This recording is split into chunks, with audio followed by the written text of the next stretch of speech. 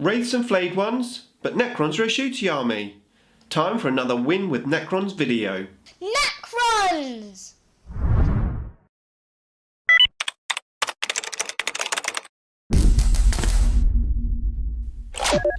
Nick speaking, and welcome to this video.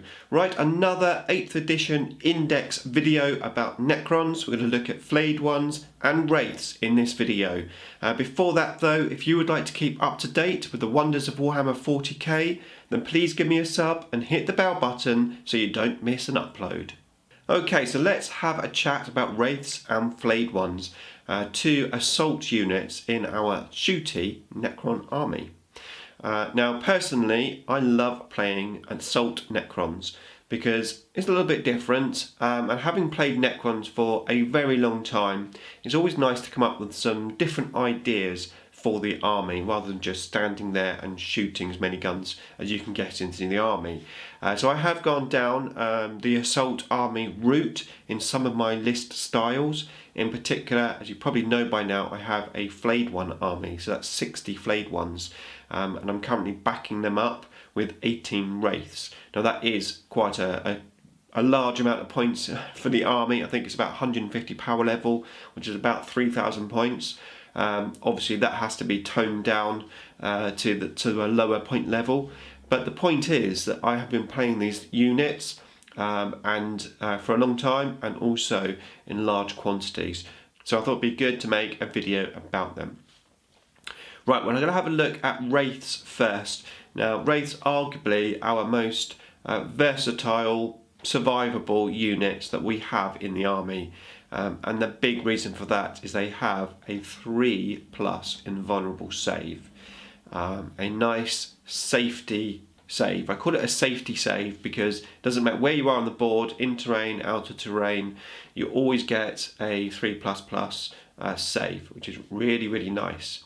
Now having said that, as a Space Marine player will tell you, a 3+ save can go wrong. You can roll 1s and 2s quite easily. So what I want to do is just go over the Wraiths. I think we all know how versatile they are, in the fact that they are fast, so 12-inch movements. As I said, they've got the 3++ save with 3 wounds now, which is really nice, but that is needed because if you are going to get hit, you probably are going to get hit with weapons that cause multiple wounds. So having the 3 wounds is great because if somebody hits you with a D3 weapon of damage, unless they roll a 5 or a 6, your Wraith is still going to be standing. So having that 3 wounds rather than 2 wounds is really, really nice. So yeah, they're fast. They now have a 3+ to weapon skill, so you actually hit on 3s in close combat, which is really, really awesome. They have a toughness of 5, which is pretty decent. It does mean that anything that's strength 4 is going to be hitting you on, or wounding you, sorry, on 5s. So they're very versatile. You can see where I'm coming from, really. Now let's go over some of the extra rules. So these guys are beasts, which basically means that they ignore terrain and other units when moving, so you can actually move over a unit, which is quite nice if you're using these Wraiths defensively. So you could have them behind your warriors or maybe behind a piece of terrain, and then they can come out very easily and assault any incoming units. Most people don't use them in that way, mostly because of that 3+ invulnerable save. These guys are going to be charging out. 12-inch movement is pretty fast, and it's nice to have that like an attacking unit. And then their attacks, although we have lost the rending special rule on these guys, they do have -1 AP on all of their wounds that they do in close combat. So that is really, really nice. I actually like that better than having the rending on those 6s. I think it's a bit more consistent. Wraiths are never going to kill huge amounts in close combat. They've got 3 attacks, it's reasonable, but they will whittle a unit down, but they won't just wipe out a unit. They're not close combat beasts, but they're pretty efficient, and they're pretty fast, and they're pretty survivable. To be honest, you can't really go wrong with Wraiths. They're a very, very good, solid choice. And actually they complement a shooty army, and they complement an assault styled army as well. So I really still like the Wraith units in 8th edition. Now also you have some extra upgrades that you can take. So you can have a particle caster, which is a strength 6 pistol, 12 inches. You can have a trans-dimensional beamer, which is strength 4, 12 inches, but that's a heavy weapon. I think it's 3 shots, and any 6s will cause mortal wounds as well as a normal wound. Sounds pretty good, doesn't it, that weapon? It's quite odd that you've got a heavy weapon on an assault unit, but it's short range. If it's 24 inches, that would be great, because it would make those Wraiths that are playing a defensive role a lot better. However, these Wraiths are generally moving, and that means as a heavy weapon you'll be hitting on 4s rather than 3s. It's a slightly odd weapon choice. It's good. I think I would only probably take it in power level games. I don't know I would pay the points for it. And the third option is the whip coils. Whip coils used to be really good. Now I don't think they're quite as good. Basically, if you die, you still get to assault if you haven't done so already. So if you get assaulted, whip coils are quite useful. However, Wraiths, it's unlikely you're going to get assaulted. You're more than likely going to assault your opponent. And I think the upgrade of choice has to be the particle caster, because you will get to shoot that gun in the shooting phase, as well as obviously doing your normal attacks in the assault phase. So basically it's a +1 attack in your turn. Don't forget, you can't do that in your opponent's turn. But even so, I think that's great, and it is a strength 6 gun as well. So I don't think you can really go wrong with a particle caster. I think that is the weapon of choice. So Wraiths come in at 38 points base, and obviously you have to pay for any of your upgrades. And you can have between 3 and 6 in one unit, which is quite a nice amount. 3 is definitely doable. It's nice and cheap, and with the 3 wounds and a 3+ save, they are pretty survivable. 6 obviously makes them a lot more survivable, and also makes them a little bit more potent when they do actually get into close combat. So it's definitely quite possible to play both size units. If you are playing a smaller game, 3 Wraiths will still do the business. Unlike maybe some other units where, say, if you had just 3 Scarab Swarms, it's a lot harder. We have talked about Scarab Swarms in the last video, and there are some tactics available for taking just 3 Scarab Swarms, so check out that video if you haven't done so already. And now I'm going to give you a hot tip. Nick's hot tip. Okay, so hot tip. How to get Necron Wraiths cheap. Okay, now, so what you do is you go onto eBay and you search for Necron Wraiths, and you find the broken ones. Yes. As long as you don't mind having older models, i.e. the metal ones. The metal models, they come in 2 different styles. There's one that's got like a fixed tail, and there's one that comes down and is on like these little spindly wires. And what happens, you put these models in your case, they get bent slightly with the metal wire, makes them weak, and then the next time you get them out of the case, they basically just break off, they snap. Most people think, oh my god, what am I going to do? And they end up trying to sell them off on eBay for cheap. Just to give you an idea, I've got 6 Wraiths altogether, and I think it cost me £3 and a couple of pound postage. So I've got 6 Wraiths for about £5. They were all broken, but I know how to repair them. I've got a really good way to repair them, and I have a video on it. So I'm going to link you up with a video on how to repair broken Necron Wraiths. Go onto eBay, get these models, you can get them cheap. Easy way to get cheap Necron Wraiths. Right, okay, now we're going to have a look at Flayed ones. What do you mean I'm a robot? Obviously I'm a Space Marine. Right, so Flayed ones. First of all, just a little backstory very quickly, because I have said this before, but just in case you're new to the video, I do own 60 Flayed ones. I made a Flayed one army a few editions ago when Flayed ones were rubbish. And I had this mindset that I wanted to field an army of Flayed ones, a themed army, and see if I could make Flayed ones work on the table. Once I had the army built and made and played, and come up with some tactics for them, GW made Flayed ones good. So my army, which went from being an army designed to try and fix a bad unit to becoming a pretty decent army. And Flayed ones, in my opinion, are really, really good.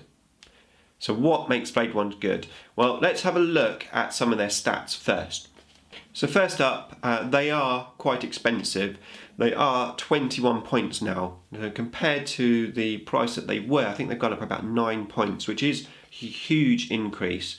But, like I've said before, you can't really compare old points with new points. This is a new edition, everything's gone up, you just have to take it as it is. So they're 21 points each, so 210 points for the 10 models. To be fair, that makes it difficult for me to get all 60 Flayed ones in the army, plus the other toys, but that's my problem, not your problem. Most people aren't going to be playing 60 Flayed ones. So, yeah, they are a bit expensive, but not really, because you have to look at what they can do. Now, in terms of changes, they now have a weapon skill of 3+. So previously, most of the time, they were hitting on 4+. But now it's a 3+, and that is a lot better. They do have one less attack on the charge, so they have a fixed 4 attacks now, whereas previously it was 4 attacks plus 1 for the charge, so 5 attacks. Now there are some tricks potentially to get more attacks, we'll talk about that in a minute.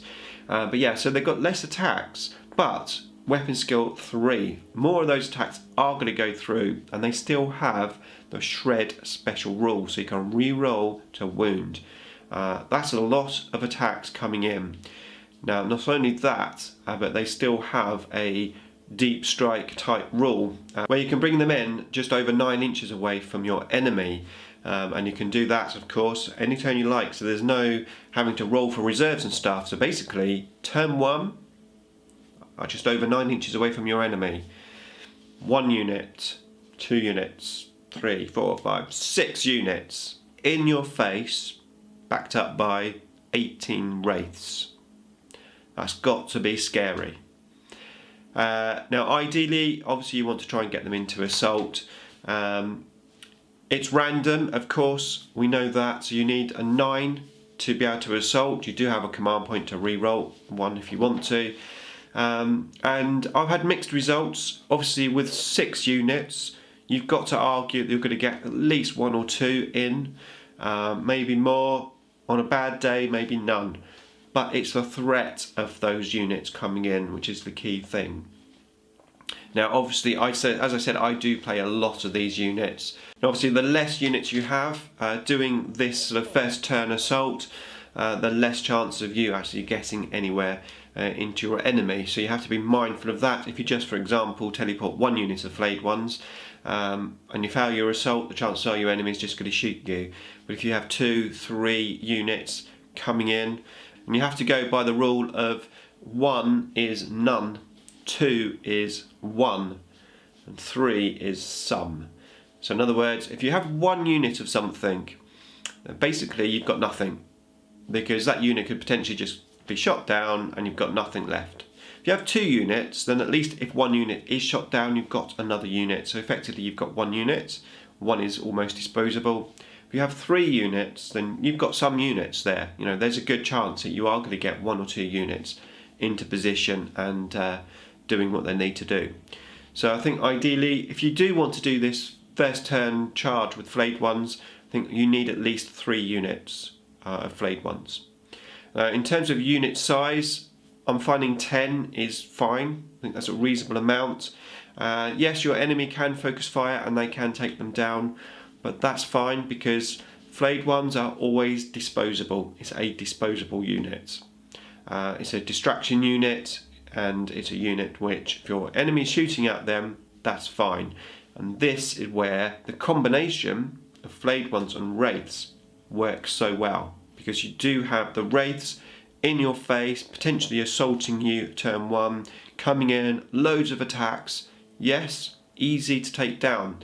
You can shoot Flayed ones out quite easily, and if you don't clear that unit out, I've experienced this. I've put down 10, the unit's got down to about 5, and then I get a couple up each turn. By the end of the game, that unit's up to about 7, 8, 9 Flayed ones, unless your enemy takes the whole unit out. Now imagine those units in your face with the Wraiths coming in. The Wraiths moving 12 inches, they're going to be there very fast, and then Wraiths are there, again, pretty decent in assault, not as good as Flayed ones, in my opinion. It'd just be purely weight of dice, the amount of attacks that you get with Flayed ones, but Wraiths, very difficult to kill. And Wraiths with no RP, so it gives your opponent a very hard choice. In the meantime, your phalanx, your troops, your guns are at the back, taking your objectives and potentially being ignored because you've got all of these other units in your opponent's face. And that's how my Flayed One army works. Now, other things about Flayed Ones. They do have the Terrify Rule, which we used to have in the past. It's back. I don't think it's called Terrify, it's called something else. But basically, within 3 inches of your enemy, they have to +1 to their morale. It's not a game changer, but it is nice to have, so I like that rule. Just remember it. It's a hard rule to remember, but yeah, +1 to your enemy's morale if you're within 3 inches of a Flayed One unit. So we've talked about deep striking in just over 9 inches of your enemy, but there are some other options to get your units of Flayed Ones as close as possible to their enemy. And some of these other options may work if you don't want to commit too much to mass Flayed Ones. Maybe you just want a unit of Flayed Ones. So how do you do that? Well, option 1 is to use a Night Scythe. Now this, you won't be able to do first turn assault with the Night Scythe because it has to move and then get into range on turn 1, and then on turn 2 you can then disembark your Flayed Ones and you can assault. I say disembark, beam them from the Tomb World as they're now called. So you have to put your Flayed Ones in reserve. Now be mindful, if your Night Scythe does die, the Flayed Ones are destroyed. Unless you have other ways of beaming them onto the table, like for example a monolith. But then you've got the commitment of points and army list style to having a monolith in your army. So monoliths are very good now, even though they are expensive, but that certainly is another option to get your Flayed Ones into the assault. Now you can use the Deceiver to redeploy, maybe redeploy your Flayed Ones, but there is no point in that because you can't assault and it's 12 inches anyway, so you might as well deep strike.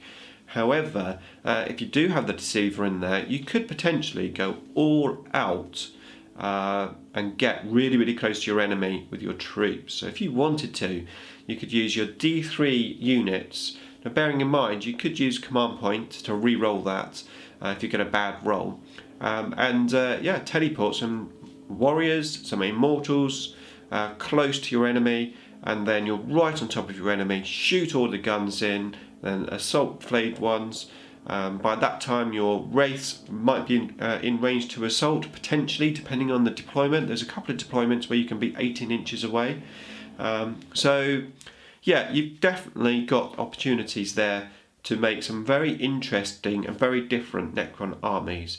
And personally, I love that. Right, now, just want to have a quick talk about some HQ choices which potentially can beef up your Flayed Ones. So your first thought is probably Stormlord, because he has the ability within 12 inches of Flayed One units to give them the ability to re-roll the ones to hit in close combat. Now combine that with your Shred special rule, that's pretty nasty, especially the amount of attacks the Flayed Ones get. But it is a 12-inch range. Now I think this is pretty useful if you're playing Flayed Ones maybe more defensively. Again, a little bit like with Wraiths, you could potentially just hold back a unit of Flayed Ones, keep them near the Stormlord, and then if your enemy has first turn particularly, and they're coming into you, then you've got that bubble for a Flayed One unit to get that re-rolls of ones near your Stormlord. Now I've taken the Stormlord in one of my battle reports, which would have been up on yesterday, where I used the Stormlord with the Flayed Ones. I think I only ever once got that special rule because the Flayed Ones generally are too far away from the Stormlord. You probably are not going to be keeping your Stormlord pushing forward too much with the Flayed Ones and pushing forward too much. So I don't think you can make use of that special rule that well, only maybe as defensive unit. Now the other unit that you can take to help boost the Flayed Ones is the Traveller, and he can give you +1 attack within 3 inches. So again, it's a small bubble. It's unlikely that your advancing Flayed ones are going to be within 3 inches. Very useful, again, if you're using Flayed ones unit maybe defensively. And Flayed ones do work quite well defensively as well as attacking. But there's just something to bear in mind. You've got a couple of units there which can buff your Flayed ones quite nicely. But I think, to be honest with you, I tend to use them as standalone units without any character backup. They're just ideal for that. And the way I always see Flayed ones is disposable units. Nick, what do you mean it's 210 points? Yeah, it's 210 points. But they've got a lot of damage output. They're very much an attacking unit, and they're going to cause your opponent some problems. And of course, they do have RP. They're pretty survivable as long as your opponent doesn't wipe them out. And if they do wipe them out, they wipe them out. Like I said, for my eyes, I always see them as disposable and a protection for the rest of my flanks. Pushing forward, taking objectives, winning the mission. Right, that's it for this chat. Thank you for watching. Come back next week and we'll have some more chat about Necrons. Beam me up.